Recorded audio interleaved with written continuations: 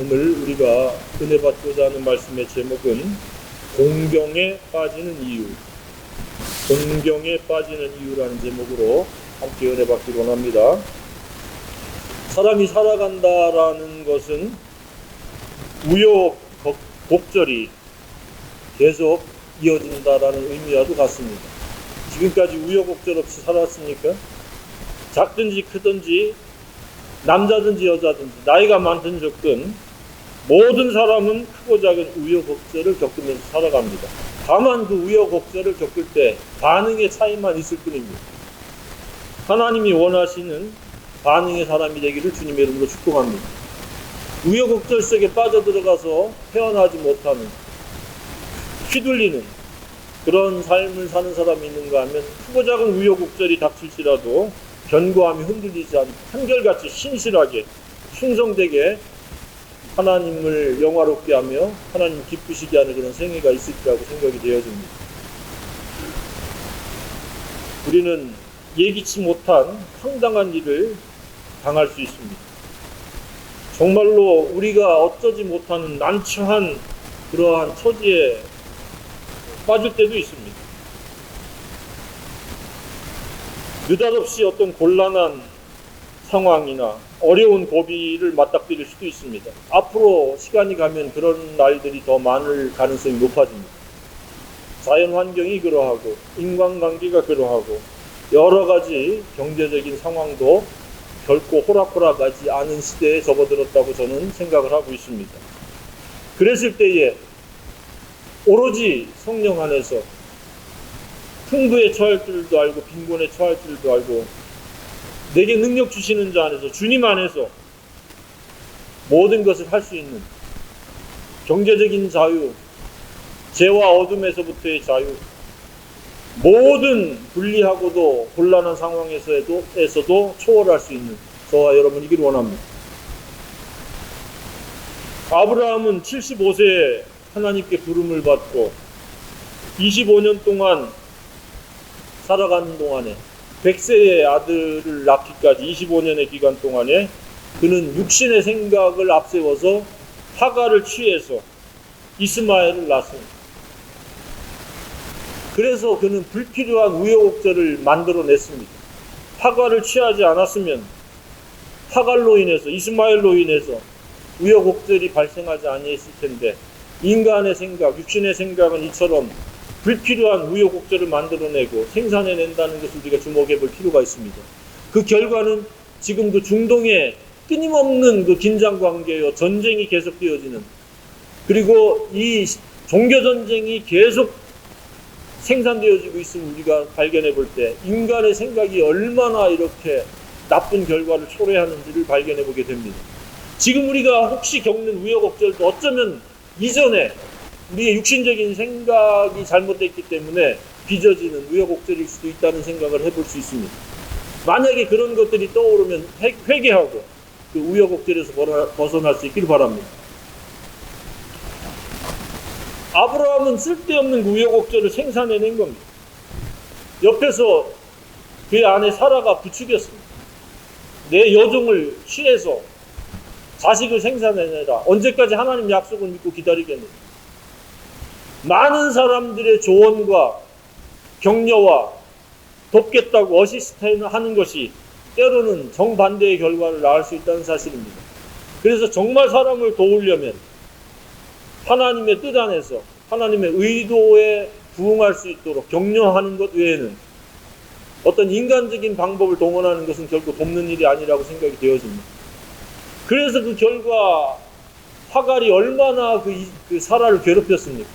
그래서 나중에 아브라함이 네 맘대로 해라 해가지고 하갈을 내쫓고 크고 작은 상처를 받고 아픔을 생산해낸 그러한 결과를 자신이 만들어내고 자신이 또 당하는 것을 바라보게 됩니다. 그러다가 100세가 되어서 약속받은 이삭을 낳는 경사가 있었습니다. 그런데 그 이삭이 자라는 동안에 느닷없이 하나님께서 이삭을 번제물로 드리라고 명령을 하셨습니다. 아버지 입장에서 이거보다 더 큰 곤경은 없으리라고 생각이 되어집니다. 차라리 나를 데려가십시오. 나를 번제물로 쓰십시오. 라고 하는 아마 심정이었으리라고 우리가 추측을 해볼 수 있습니다. 이러한 공경은 전자하고 다르게 하나님께서 그럼에도 불구하고 우선순위가 하나님이요 전심으로 사랑하는지의 여부를 확인하기 위한 공경이었다는 사실입니다. 이처럼 공경에는 두 가지의 공경이 있습니다. 잘못해서 경고성, 그 대가성 공경이 있고, 하나님께서 그럼에도 불구하고 나를 사랑하는지의 여부를 확인하시고자 하는 공경이 있을 수 있다는 사실입니다. 그래서 후자의 공경은 하나님의 뜻대로 하십시오라고 순종함으로 말미암아 공경을 초월할 수 있고 탈피할 수 있어야 되겠고, 전자의 공경은 우리가 잘못한 육신의 생각 때문에 빚어진 공경이라면 빨리 회개하고 제자리로 돌아가야 될 줄로 믿습니다.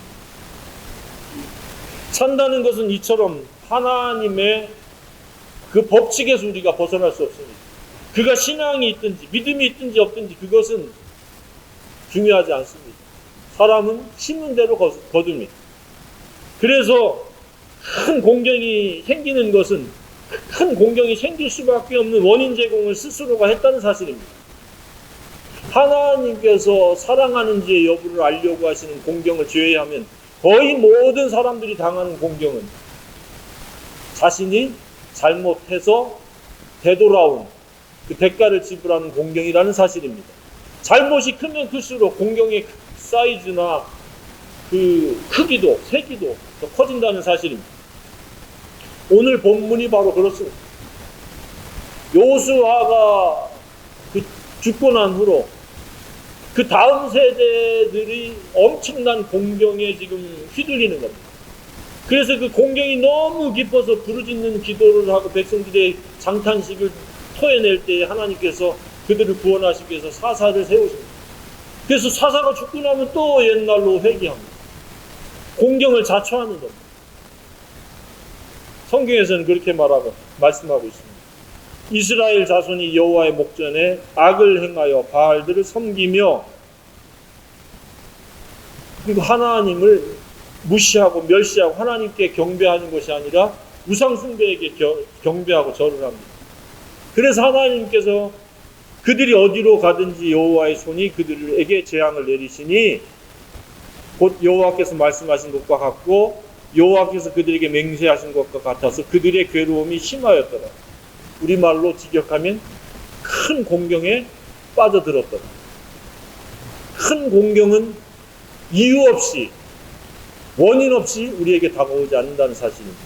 악을 행했고 여러 가지 큰 공경에 빠질 수밖에 없는 자청을 한 것이기 때문에 그렇습니다. 자, 오늘 본문에서는 왜 공경에 빠지는지에 대한 원인을, 그 이유를 자세하게 우리에게 보여주고 있습니다. 우리는 이 말씀 앞에서 우리 생애에 공경이 없는 삶을 살아갈 수 있는 말씀이 되어지기를 간절히 소망합니다. 불필요한 공경을 우리가 자초할 필요가 없다는 말씀입니다. 자, 그러면 왜 공경을 당합니까? 그 첫 번째는 영적 지도자가 없으면 그 부재로 인해서 하나님을 알지 못하기 때문에 큰 공경에 빠질 수 있다는 사실입니다. 하나님께서 세워주신 영적 지도자가 있으면 하나님께 감사해야 될 필요가 있습니다. 물론 성령님이 우리의 지도자, 인도자이지만 하나님께서는 사람들을 통해서, 하나님의 사람들을 통해서 하나님의 사람들을 인도해 가십니다. 그래서 그 인도해 나갈 영적 지도자가 없다는 것은 그 생애에 굉장히 비극입니다. 그 앞에 기다리는 것은 영적 공경에 처할 가능성이 매우 높다는 사실입니다. 그래서 우리는 하나님께서 내게 허락해 주신 영적 지도자와 영적 지도력에 대해서 감사할 필요가 있습니다. 그 갈라디아서에서 말씀을 가르치는 자 모든 좋은 것을 함께하고 무엇으로 심든지 그대로 걷고 좋은 것을 배워서 좋은 삶을 살아가면 우리는 공경을 예방할 수가 있고 불필요한 공경에 빠지지 아니할 줄로 믿습니다. 그 지도자라고 하는 것은 공경에 빠지지 않도록 인도할 수 있는 그 역할과 책임이 있다는 사실도 우리가 엿볼 수가 있습니다. 영적 지도자는 하나님이 누구인지를 가르쳐서 하나님과 사랑에 빠지도록 해서 나쁜 사람을 좋은 사람으로 세워서 나쁜 품행이 좋은 품행으로 살아가도록 인도하는 자가 영적 지도자들입니다. 여호수아의 생애는 바로 말씀에 의해서 이스라엘 백성들을 가나안 땅으로 인도했고, 가나안 땅에서 이스라엘 백성들이 하나님의 은혜를 누리도록, 즉 젖과 꿀이 흐르는 삶을 경험하도록 그들을 돕고 이끌었고 그 지도력을 행사했다는 사실입니다. 이 시대도 동일합니다. 진정한 하나님의 사람이요 영적 지도자라면 모든 사람들은 아닐지라도 따라오는 사람에 한해서 하나님의 나라를 경험하고 누리고 차지할 수 있도록 돕는 자라고 믿습니다. 그래서 영적 지도자는 굉장히 중요한 역할이요, 그 목표가 뚜렷해야 됩니다. 하나님의 나라가 배제되어지는 지도력은 의미 없는 지도력일 수밖에 없습니다. 저는 모든 사람이 하나님의 나라를 매일매일 차지하고 경험하고 소유할 수 있기를 간절히 소망합니다. 왜 우리가 매주일 모여서 하나님의 말씀을 공유하고 또 다른 사람들이 말씀을 공유할 수 있기를 소망합니까? 이 세상에서는 하나님의 나라를 차지할 수 있는 방법이 전무하기 때문인 줄로 믿습니다. 이 세상에서는 어떤 방법, 어떤 노력, 어떤 수단을 동원해도 결코 하나님의 나라를 누릴 수가 없습니다. 하나님의 말씀을 들어야 되고 배워야 되고 깨달아야 되고, 그리고 그 말씀을 순종할 때 하나님의 나라를 차지할 수 있는 줄로 믿습니다. 하나님의 나라가 없는 삶은 잘해봤자 본전도 되지 않습니다. 우울의 모두요, 슬픔의 모두요, 근심의 모두요, 두려움의 모두요, 불안의 모두요, 경쟁의 모두요, 비교의식, 열등감의 모두로 빠질 수밖에 없습니다. 잘해봤자 그냥 평균에 해당하는, 아니면 갈등을 초래하고 분쟁을 초래하고 불평을 토로해낼 수밖에 없습니다. 우리는 하나님의 그 은혜와 사랑 안에서 하나님의 나라를 매일매일 누릴 수 있기를 원합니다. 두 번째 큰 공경에 빠지는 이유는 무엇입니까? 바로 영적 무지에 의한 세속에 물들고 이 세상에 일반화되고 보편화되고 평균화된 것을 따라간다는 사실입니다. 그게 무엇입니까? 12절 하반절에 그렇게 나와 있죠. 그들의 주위에 있는, 이게 핵심 키워드입니다. 그들의 주위에 있는 백성의 신들을 따라 그들에게 절하여 여호와를 진노하시게 하였으되, 주변에 있는 것들에게 물들었다는 이야기입니다. 이집트에서 구출하시고 가나안 땅으로 인도해 주신 하나님의 그 은혜와 사랑은 망각해버리고 저버리고 이방 민족들의 신들을 섬겼다는 사실입니다. 우리가 믿는 하나님, 내가 아는 하나님이 최고의 최선이시요 은혜와 사랑이시다고 하는 그 절대성을 놓쳐버린 겁니다. 이방 신들을 보고 그들이 절하고 그들이 숭배하는 것을 보니까 그럴듯해 보이니까 그들을 따라갔습니다. 그 결과 어떻게 됐습니까? 하나님의 진노가 임했고 큰 공경에 빠졌습니다. 본문 그대로 표현하면 그들의 괴로움이 심하였다. 세상에 물들면 물들수록 괴로움은 더 심해진다는 사실을 우리가 엿보게 됩니다. 그가 왜 괴로움이 심해지는가? 왜 그가 큰 공경에 자꾸 헤어나지 못하고 더 깊은 수렁에 빠지는가? 이 세상의 보편과 평균과 일반화된 우상숭배에 빠져들었다라는 의미입니다. 이 시대의 우상숭배는 뭡니까? 돈을 숭배하는 겁니다. 쾌락을 숭배하는 겁니다. 명예와 인기를 추구하는 겁니다. 우리는 육신의 정욕, 안목의 정욕, 이생의 자랑, 즉 삶의 허세를 버려야 됩니다. 하나님의 사랑과 은혜면 족하다라고 고백하고 그것을 만족하고 그것을 기뻐하고 그것으로 행복할 수 있어야 되는데, 자꾸 세상의 것을 기웃거리게 하는 과거 옛사람의 본성에 충실한 겁니다. 그것은 곧 이 세상 사람들의 삶의 방식이요, 이 세상 사람들이 추구한 우상 숭배입니다. 우리는 우상과 단절할 수 있는 단호함이 필요한 시대입니다. 우리는 물질이 필요하지 않다는 것이 아닙니다. 물질이 수단이지 우리가 목적, 숭배의 대상이 될 수 없다는 사실. 물질이 숭배가 되어지면 반드시 괴로움이 더해진다는 사실, 그 등식이 성립한다는 것을 우리가 깨닫기를 원합니다. 물질, 신앙이 없어도 물질에 대해서 초월하고 초연한 사람은 덜 괴로움을 당할 거라고 생각이 되었습니다. 물질에 집착하고 물질에 연연함이 클수록 괴로움에 상대적으로 비례해서 더 커지리라고 생각이 되어집니다. 한번 주의를 살펴보세요. 누가 큰 괴로움에 빠져 있는가? 물질을 숭배하고 물질을 우상화한 사람들, 욕심을 우상화한 사람들, 탐심은 곧 우상 숭배라고 말씀하셨는데 탐심에 크게 빠진 사람들이 괴로움이 심해질 수밖에 없습니다. 공경에 처할 수밖에 없습니다. 그 누구든지 공경에서 빠져나오려고 하면은 욕심으로 살아가는 것을 회개하고 돌이켜서 하나님의 주신 것을 자족하고 감사한다면 그는 그 괴로움에서 벗어날 수 있으리라고 믿습니다.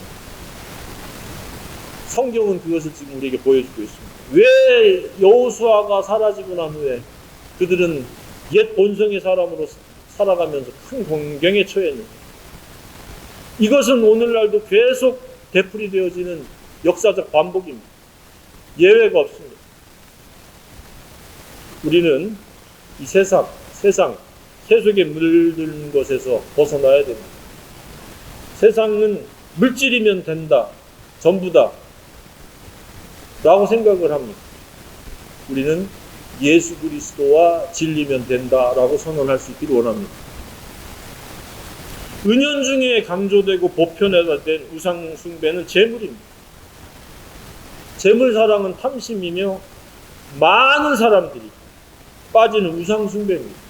이 시대의 우상 숭배는 사람들이 깎아 만든 것에서 직접적으로 절하는 사람도 있지만 대부분은 마음속에 하나님보다 더 사랑하고 비중을 두는 것이 우상인 줄로 믿습니다. 그 우상 숭배에 빠진 시대에 살고 있습니다. 그래서 크고 작은 괴로움이 생기는 겁니다. 괴로움이 점점 커지다가 그것이 육체적인 질병의 괴로움이 될 수 있고 경제적인 아픔, 파산, 빈핍의 고통이 될 수도 있고 인간관계의 갈등으로 고통이 될 수도 있고 사건 사고와 우환으로 고통에 처해질 수도 있습니다. 당시에는 주변의 국가들을 통해서 이스라엘이 이길 수 없는, 전쟁만 하면 패할 수밖에 없는 그러한 상황에 처해지도록, 그래서 반쯤 노예화된, 그래서 그들이 열심히 땀 흘려 수고한 것들을 그냥 상납해야 되고 바쳐야 되는 그러한 괴로움의 상황에 빠졌다는 사실입니다.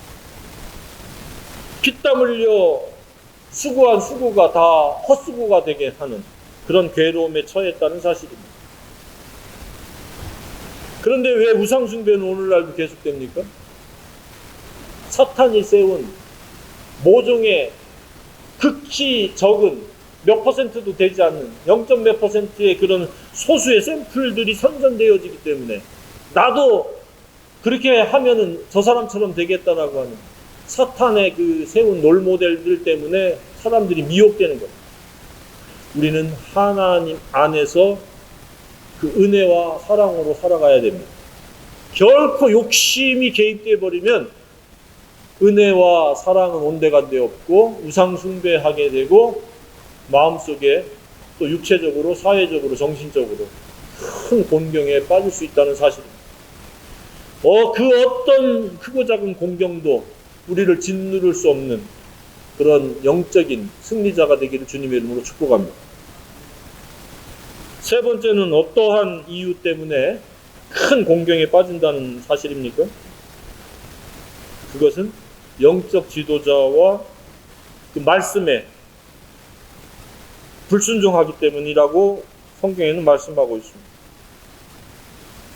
17절에 그들이 그 사사들에게도 순종하지 아니하고 충분히 설교했고 경고했음에도 불구하고 그들은 계속해서 불순종했다는 사실입니다.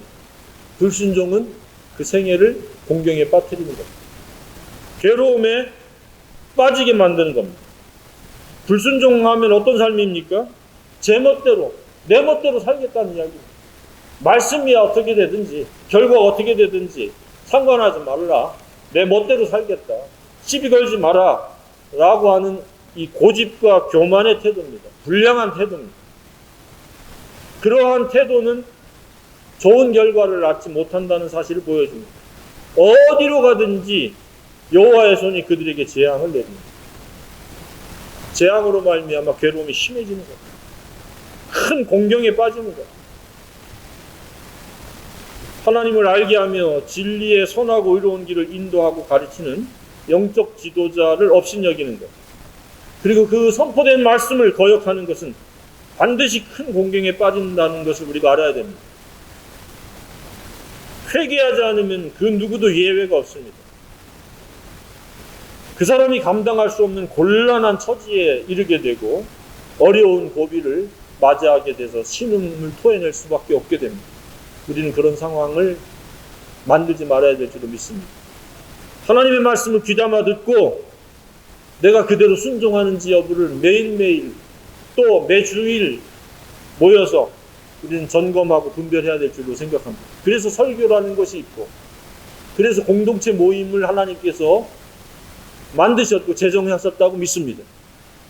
그냥 물에 물 탄 듯 술에 술 탄 듯 내가 영적으로 어떤 상태인지 모르면서 살아가면 크고 작은 우여곡절과 그 곤경이 계속되어질 수밖에 없습니다. 그리고 그 이유도 원인도 발견하지 못하고 해결책도 모른 채 계속 되풀이 되어지는 안타까운 그런 생애가 될 수밖에 없습니다.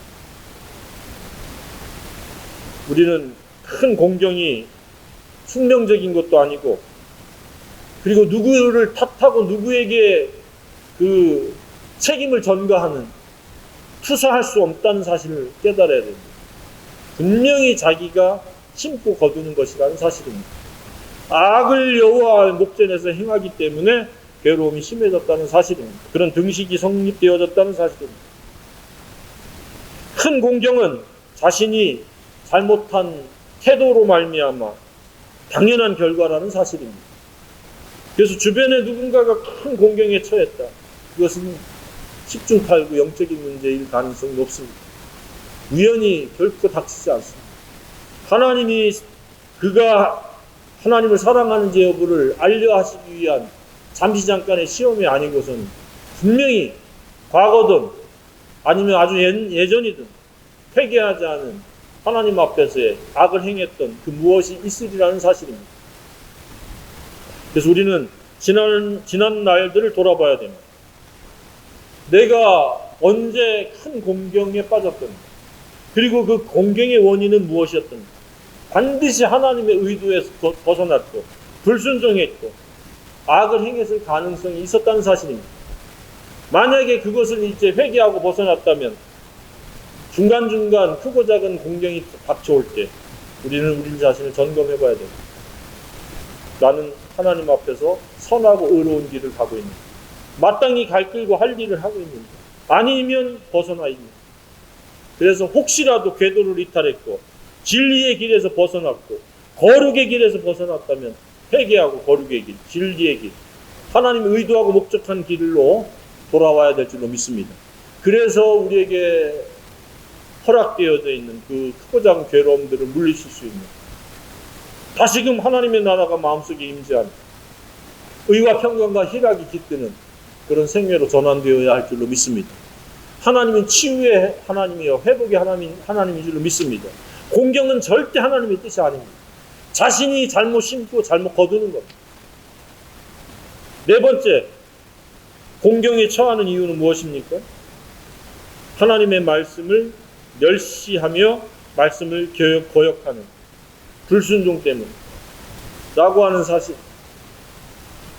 17절에도 보면 여호와의 명령을 순종하던 그들의 조상들이 행하던 길에서 속히 치우쳐 떠나서 그와 같이 행하지 아니하였더라 라고 지금 말씀을 하고 있습니다.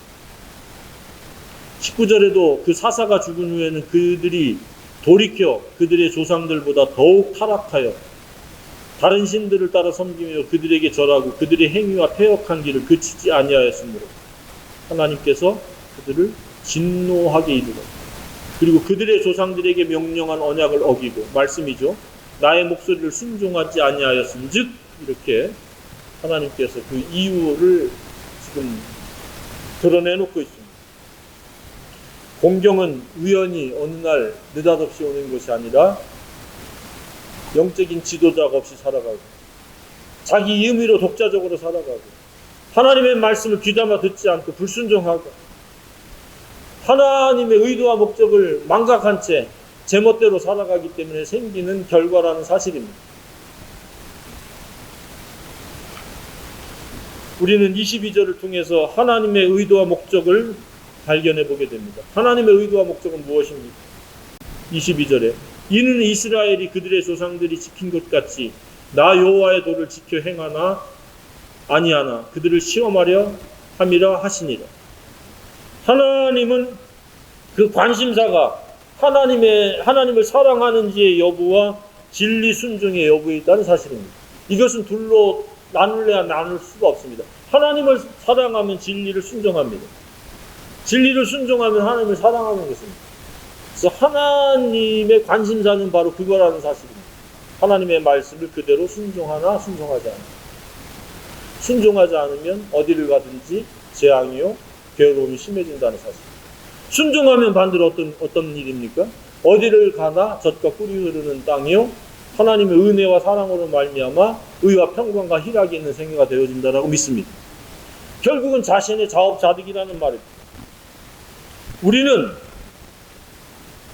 공경과 별개의 삶을 살아가야 됩니다. 그것이 바로 하나님의 나라가 임재하는 것이 하나님의 나라를 매일매일 차지하고 있다는 사실입니다. 우리는 하나님의 뜻을 떠나서 하나님의 뜻을 거역해서 결코 행복할 수 없는 피조물이라는 사실을 인지해야 됩니다. 입고 먹고 마시는 본능적인 것을 충족하면서 그런 혼적인 육적인 즐거움이 행복인 양 우리는 행복의 수준을 낮출 수가 없습니다. 내면 세계 속에서 의와 평강과 희락과 자유가 있는 소망이 있는 사랑이 가득한 그런 생애이어야 될 줄로 믿습니다. 하나님이 우리에게 원하시는 게 그겁니다.